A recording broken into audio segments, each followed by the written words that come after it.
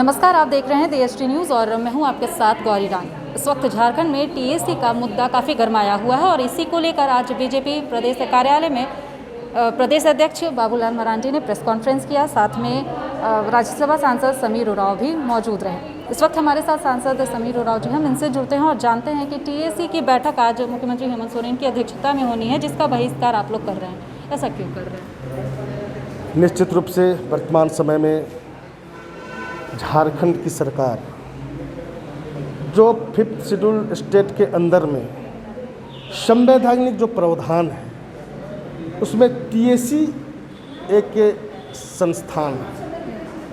वो जो है जनजातियों के हित के लिए कोई भी जो है नीतिगत चीज़ों पर चर्चा होना है, बहस होना है, तय करना है, इसके लिए 5th शेड्यूल स्टेट में ये कॉन्स्टिट्यूशनल प्रोविजंस है कि ये टीएसी का गठन होना चाहिए।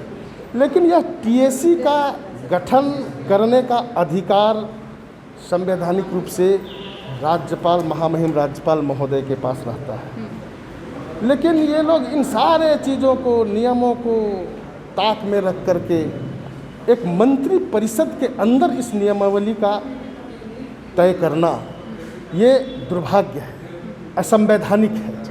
इसलिए ये असंवैधानिक तरीके से जो यह टीएसी का गठन हुआ है उसका विरोध है, टीएसी का विरोध नहीं है। इसीलिए मैं बताना चाहता हूँ कि यह कहीं ना कहीं राज्यपाल का जो अधिकार है, संविधान का जो प्रावधान है, उसका अतिक्रमण किया गया है और मंत्री परिषद में तय किया है। इसका मतलब कहीं ना कहीं टीएसी को सीएम के अध्यक्ष बनने से क्या आपत्ति है आप लोगों को? कहीं ना कहीं ये मंत्री परिषद में सारी चीज़ को तय करके स्थापित करना, मतलब झारखंड सरकार का एक विभाग के रूप में ये लोग स्थापित कर रहा है।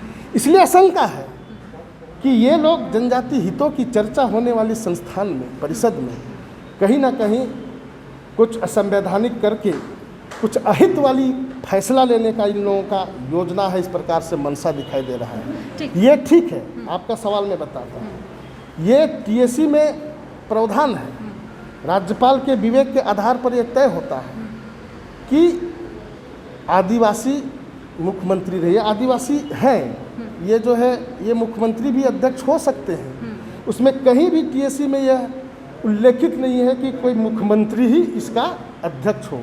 कोई भी उसके अंदर जो रहने वाले कोई भी इसका अध्यक्ष हो सकता है, लेकिन असंवैधानिक तरीके से गठन हुआ है, इसलिए विरोध है। तो इसी को लेकर मैं सवाल ले रही हूँ कि पूर्व की जो सरकार थी रघुवर दास के सर, उसमें गैर आदिवासी चेहरे के रूप में वो अध्यक्ष बनाए गए थे टीएसी के, फिर तभी कुछ नहीं कहा। देखिए, उस समय टीएसी का जो गठन हुआ था वो राज्यपाल महोदय के द्वारा हुआ था, इसलिए वो उसके विवेक पर वो तय होता था। लेकिन क्या कहीं पर अगर इस प्रकार से उल्लेखित नहीं है कि कोई मुख्यमंत्री ही हो, तो उसी परंपरा को आप ढोते जाएंगे क्या? समय के अनुसार सारे चीज़ों को, आवश्यकता के अनुसार, परिस्थिति के अनुसार संविधान के रूपों को ठीक ढंग से स्थापित करना चाहिए ताकि उस विषय पर विचार हो सके। यही विषय है।